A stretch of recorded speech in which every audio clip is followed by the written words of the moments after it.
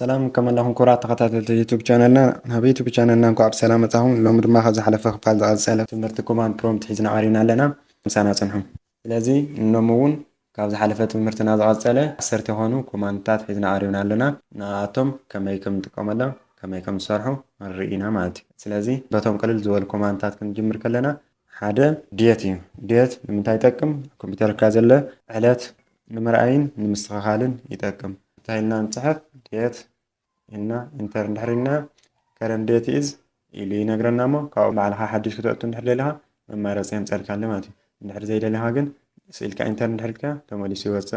ندحر علت راح مسأل كان بي إتي إديد مقبر مما رسينا هاي مسأل كان نحر لها تالك تصحف ديت بنمو كاو سلاش تي تقبر الله لذي تعالت راح يمسألنا له إديد مقبر مما رسي زي ولو مالتي كالي كوماند تايمي تمساسالي هوينو ناي ساعات يزنقرنا تايم دما تايمون تمساسالي أمستيا كوماندا تا ساعات يمسألنا مو إديت نحرك نقبرنا ندل هوينا مما رسي يمسألنا انترنتلو يوصل هزون تايم راح يمسألنا إديت مقبر مما رسي زي ولو نحر دالينا تايمنا سلاش تي نقبر مالتي كاو انترنولا ساعات راح يمسألنا لمالتي قدماي كوماندنا زي كوينو ناوزا أصل كوماند نانتن كيتلنا قال انتهي فر زي لما ناي كمبيوتر كفرجن ناي اوبريتنج سيستم انتهي مهانون فلات يتأمنا مايكروسوفت ويندوز فيرجن 10 ناتو قلمنا يبلالو ماتو زيون هذا كالاي كوماند نريونه قالي وامعي تي كمبيوتر تقم زل يوزر من مهانو نمفلات لها وامعي يلكا صحف سبيس زي بلا وامعي لنا انت صحفنا اسكي سكبل له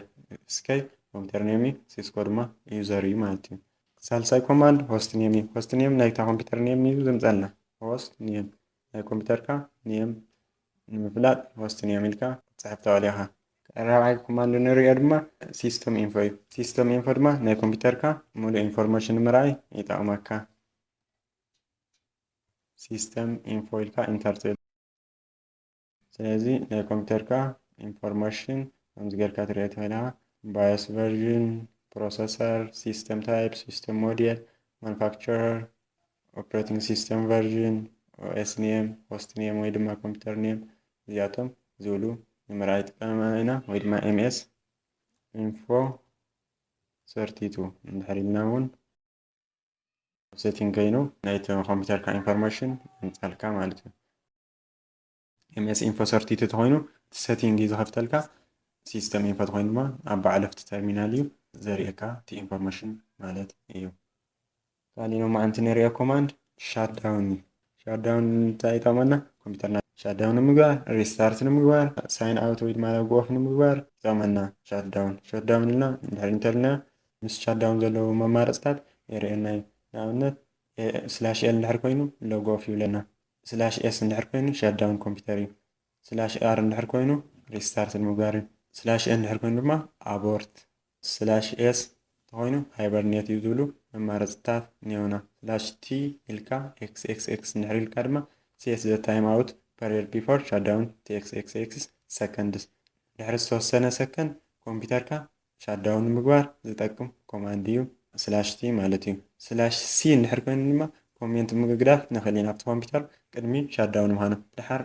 ምስ ተለዓለት እቲ ኮሜንት ንረኽቦ ማለት እዩ ስላሽ ኤፍ እንድሕር ተጠቒምና ራን ዝገብሩ ዘለዉ ኣፕሊኬሽናት ሻትዳውን ንምግባር ንኸይኽእሉና ፎርስፉል ዝኾነ ሻትዳውን ንምግባር ይጠቕመና እዚኣቶም ካልኦት መማረፅታት እውን እኒአው ባዕልኹም ተንብብዎም ተኽእልኩም እቶም ብዙሕ ግዜ ንጥቀመሎም እየ ዝነግረኩም ዘለኹ ኣነ ማለት እዩ ስለዚ ሻትዳውን ኢልና ስላሽ ኤስ እንድሕር ኮይና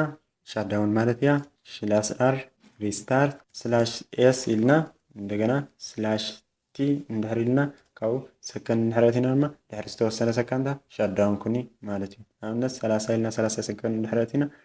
ድሕሪ 30 ሰከንድ ኣብ ትሕቲ ደቂቓ ኮምፒውተርካ ሳይን ኣውት ትገብር እያ ድማ ሻትዳውን ትከውን እያ ይብለና ሕዚ እንድሕር ሓሳበይ ቀይረ እሞ እንድሕር ተጣዓሰ ሻትዳውን እንድሕር ትገብር ዘይደለያ ድማ እንታይ ትጥቀም ሻትዳውን ኢለ ሕዚ ከዓ ኤን እንድሕር ኣቢለ ኣቦርት ይገብሮ ኣለኹ ነቲ ዝነበረ ንኸቋርፅ ይገብሮ ኣለኹ ማለት እዩ ሻትዳውን ኣይትኾንን ማለት እዩ ሕዚ ምስ ሻትዳውን ዝተሓሓዙ ኮማንድታት እዚኦም ርኢና ኣለና ናብ ዝቐፅል ኮማንድ ንሰግር ዝቐፅል ኮማንድ ክሊን ኤምጂኣር ዝብል እዩ ክሊን ኤምጂኣር ንምንታይ ይጠቅም ኣብ ኮምፒውተርካ ዘለኹ ቴምፖራሪ ፋይልስ እና ሪሳይክል ቢን ክሊን ንምግባር ወይ ድማ ኤሬዝ ንምግባር ኣብኡ ዘለዉ ፋይላት ማለት እዩ ክሊን ኤምጂአር ስለዚ ክሊን ኤምጂአር ኢለ ከምዚ ገረ ኦኬ እንድሕር ኢለ ሰሌክት ዘ ድራይቭ ዩ ዋንት ክሊን ኣፕ ዝብለ ዲስክ ሲሉ ባዕሉ ኣውቶማቲካሊ መሪፁ ኣለ ወይ ድማ ባዕለይ ከምዚ ገይረ ንዲድየ ንኢድየ ደልየ ነየናይ ከም ዝደለኹ መረፅ ይኽእል እየ ካብዚ ኦኬ ይብለ ቀፂሉ ነቲ ድራይቭ ክሊን ይገብሮ ኣሎ ማለት እዩ ኣብ ሪሳይክል ቢን ዘለዉ ፋይላት እና ካልኦት ተምፐራሪ ፋይላት ዝኾኑ የምፀልካ ስለዚ ቶታል ኣማውንት ኦፍ ዲስክ ስፔስ ይገይን ኢሉ 833 ሜጋባይት ተምፐራሪ ፋይላት እና ናይ ሪሳይክል ቢን ፋይላት ክንዲ ዝኣክል እኒሄው ይብል ኣሎ ኣብዚ እውን እኒሄው መማረፅታት ቼክ ቦክስ እኒሄ እሱ አንቸክ ምግባርና ቼክ ምግባር ንኽእል ኢና ስለዚ ካብኡ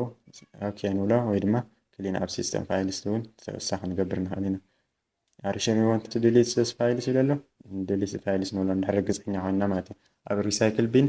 ሪስቶር ክንገብሮ እንደሊ ፋይል እንድሕር ዘየለ ኮይኑ ናብዚ ዝቐፅል ኮማንድ ክንከይድ ከለና ድማ ታስክ ሊስት ይበሃል ታስክ ሊስት ድማ እንታይ እዩ ሕዚ ተኸፊቶም ዘለዉ ፕሮግራማት ንምርኣይ ይጠቕመና ንኣብነት ታስክ ሊስት ንበል እሞ ሕዚ እዚኣቶም ዝኣኽሉ ፕሮግራማት ተኸፊቶም ኣለዉ ግን ገሊኦም ብባክግራውንድ ራን ዝገብሩ ኣፕሊኬሽን ስለ ዝኾኑ ንሪኦም እንታይ ኢና ንርኢ ንሕና እቶም ባዕልና ዝኸፈትናዮም ኣፕሊኬሽናት ጥራሕ ኢና ንርኢ ስለዚ ከምዚ ገርና ግን ብባክግራውንድ ራን ዝገብሩ ዘለዉ ኣፕሊኬሽናትና ባዕልና ዝኸፈትናዮም ኣፕሊኬሽናት እንታይ ምዃኖም ንምርኣይ ንኽእል ኢና ማለት እዩ ሕዚ ንኣብነት cmd.exe ኖትፓድ ኤክሲ ዝበሃሉ ኣፕሊኬሽናት ተኸፊቶም እኒሄው ይብል ኣሎ ታስክ ሊስት ቀፂልና ድማ ታስክ ኪል ይበሃል ታስክ ኪል ድማ ራን ዝገብር ዘሎ ኣፕሊኬሽን ንምዕፃው ይጠቕመና ንኣብነት ብዝተፈላለዩ ሜላታት ይሰርሕ ታስክ ኪል ንኣብነት ማኑዋሉ ንምርኣይ ኣብዚ ኤግዛምፕልስ ኣለዉ እቶም መማረፅታት እውን ኣብዚ ኣለዉ ኣብዚ ኤግዛምፕል ግን ታስክ ኪልካ ንኣብነት ኢንተራክቲቭ ሞድ ኢልካ ኖትፓድ.ኤክሲ ኢልካ ኖትፓድ የዕፅኦ ማለት እዩ ታስክ ኪልካ ወይ ድማ ፕሮሰስ ኣይዲ ትብል እሞ ካብኡ እታ ፕሮሰስ ኣይዲ ትፅሕፋ ካብኡ ከም ዝናገበርካ እውን ንብዙሓት ኣፕሊኬሽናት ብሓደ ግዜ ኪል ንምግባር ይጠቕመካ ይኽእል እዩ ፎርስፉል ዝኾነ ኣገባባት ኣፃትዋ እንተኾነ ደሊኻ እውን ኣብዚ ስላሽ ኤፍ ትጥቀም ዝብሉ መማረፅታት እኒሄው ንኣብነት ሕዚ ኣነ ሓደ ካብኣቶም ኖትፓድ መፃው ክጥቀም እየ ማለት እዩ ታስክ ኪል ኢንተራክቲቭ ሞድ ኖትፓድ ዶት ኤክስኢ ኣብዚኣ ኖትፓድ ተኸፊታና ኢንተር እንትብላ ከለኹ ንሳ ክተውፅኦ ኣለዋ ስለዚ ተዓፅያ ማለት እዩ ሳክሰስ ሴንድ ተርሚኔሽን ሲግናል ቱ ዘ ፕሮሰስ ኖትፓድ.ኤክሲ ዊዝ ፕሮሰስ ኣይዲ 10320 ይብላ ኣሎ ማለት እዩ ስለዚ ታስክ ኪል ብዙሕ ጥቕሚ ኣለዎ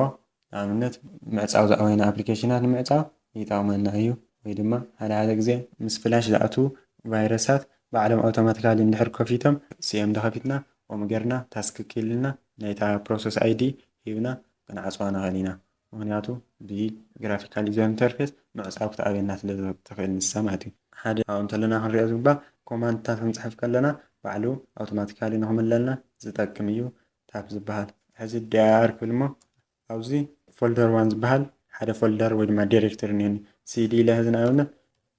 ኤፍኦም ዝፀሓፍኩ እንድሕር ታብ ኢለዮ ዘላ መማረፂ ፎልደር ዋን ጥራሕ ስለ ዝኾነ ባዕሉ ኣውቶማቲካሊ ኣድ ይገብረለይ ካብኡ ኢንተር ተልዮ ናብኡ ይኸይድ ኣሎ ማለት እዩ እንድሕር ኮንፊዝ ክገብሮ ዝኽእል ነገር ኣልዩ ግን ዳብል ታብ ብምስቃጥ ኢኻ እቶም ዘለዉ መማረፅታት ትሪኦም ትኽእል ንኣብነት ፎልደር ዋን ትብል ጥራሕ ስለ ዘላ ሕዚ ናብኣ ጥራሕ ክኸደለ የለ ንኣብነት ሜክ ዳይሬክተሪ ንበል እሞ ፎልደር ቱ ዝበሃል ተዝነብር ነይሩ ሕዚ ክልተ ፎልደራት ፎልደር ዋና ፎልደር ቱ ኣለዉ ስለዚ ሲዲ ኢለ ኤፍኦ ኢለ ታብ እንድሕር ገይረ ናብ ፎልደር ዋን ሓደ ዲኻ ዝብል ቀዳማይ መማረፂ ይህብኒ እንደገና ምስ ደገምክዎ ድማ ፎልደር ቱ ዲኻ ሓደ ዲኻ ዝብል መማረፂ ይህብኒ ከምዚ ነገርና ኮማንድታት ንምምላእ ዝጠቕመና ድማ ታብ ይበሃል ካሊእ ማዓንቲ ንሪኣ ድማ ናይ ኦፕሬቲንግ ሲስተምካ ወይ ድማ ናይ ድራይቭካ ኢሮር ንኸይህሉ ስካን ምግባር ዝጠቕሙ ኮማንድታት ድማ ክልተ ክንሪኢና ስለዚ ንሳቶም ግን ኣድሚኒስትሬቲቭ ፕሪቪሌጅ ስለ ዝደልዩ መጀመርያ ኮማንድ ፕሮምፕት ኣዝ ኣድሚን ክንከፍት ኢና ግድን እዩ ማለት እዩ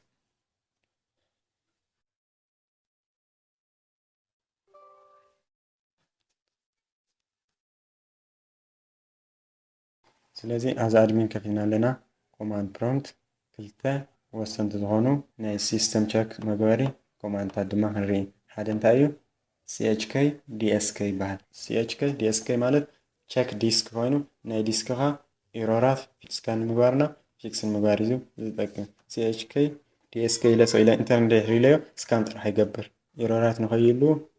ንሲ ድራይቭ እዩ ሕዚ ኣብ ሲ ድራይቭ ስለ ዘለኹ ሲ ድራይቭ ስካን ምግባር ጥራሕ ይጠቅም ኤሮር ግን ፊክስ ኣይገብርን ዘለዚ ፊክስ እንድሕር ገበረና ኮይኑ ስላሽ ኤፍ ንወስኸለ ማለት እዩ ስለዚ ከምዚ ገይሩ ስካን ገይሩ ወዲአለ ግን ፊክስ ኣይገበሮምን ምክንያቱ ጀስት ስካን ግበር ዳ እምበይ ፊክስ ግበር ኣይበልክዎን ፊክስ ንምግባር እንድሕር ደሊኹም ኤሮራት እንድሕር ሃልዮ እሞ ስላሽ ኤፍ ተጠቒምኩም ፊክስ ትገብርዎ ማለት እዩ CHK DSK ድማ ስካን ንምግባርና ዘለዉ ኤሮራት ፊክስ ንምግባር ወይ ድማ ሪፓየር ንምግባር ይጠቕመና ማለት እዩ ካሊእ ድማ ናይ ሲስተምኩም እዚ ናይ ድራይቭ ኢለኩም ናይቲ ሲስተም ወይ ድማ ናይቲ ኦፕሬቲንግ ሲስተም ፀገማት ወይ ድማ ኤሮራት ስካን ንምግባር ድማ እንታይ ንጥቀም SFC ሲስተም ፋይል ቸከር ማለት እዩ SFC ዝበሃል ኮማንድ ንጥቀም ማለት እዩ SFC እና እንታይ ንወስኸሉ ንኣብነት ስካን እንድሕር ኢልና ናይ ኦፕሬቲንግ ሲስተም ወይ ድማ ናይ ሲስተምካ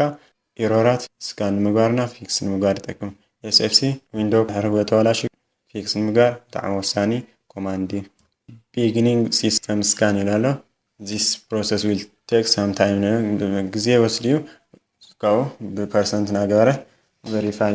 ዝገበሮ ክንደይ ፐርሰንት ከም ዝኾነ የርእየና ኣሎ ስለዚ ንሎሚ ሒዝናዮም ዝቀረብና ኮማንታት እዚኦም ይመስሉ ነይሮም ከምዚ ዓይነት ቪድዮታት ንክንሰርሐልኩም እንድሕር ትደልዩ ኮይንኩም ሳብስክራይብ ሼር ላይክ ኣይትረስዑ ብቐፃልነት ቪድዮታት ከምዚ ዓይነት ትምህርቲ ክንሰርሕ ምእንቲ ማለት እዩ ኣብ ቀፃሊ ቪድዮታትና ድማ ኔትወርኪንግ ዝጠቕሙ ኮማንታት ኣለዉ ንሳቶም ክሳብ ሕዚ ሰራሕናሎም ዘለና ብዘይካ ቅድሚ ሕዚ ሰራሕናሎም ብዛዕባ ዋይፋይ ከመይ ክሪኤት ይግበር ዝብልና ዋይፋይ ከመይ ጌርካ ፓስዋርድ ትሪኢ ዝብል ብዛዕሚ ብዙሓት ናይ ኔትወርኪንግ ኮማንታት ኣለዉ ንሳቶም ክንርኢ ኢና ካልኦት እውን ምስ ዩዘር ዝተሓሓዙ ወይ ድማ ዩዘር ክሪኤት ምግባር ፓስዋርድ ምሃብ ዩዘር ምድላት ዝብሉ ኮማንታት እውን ኣለዉ ብቐፃሊ ክንሪኦም ኢና ናይ ሎምዓን ትምህርትና ግን እዚ ይመስል ነይሩ ፀኒኢልኩም ስለ ዝተኸታተልኩምና እኒአልና ሰናይ ግዜ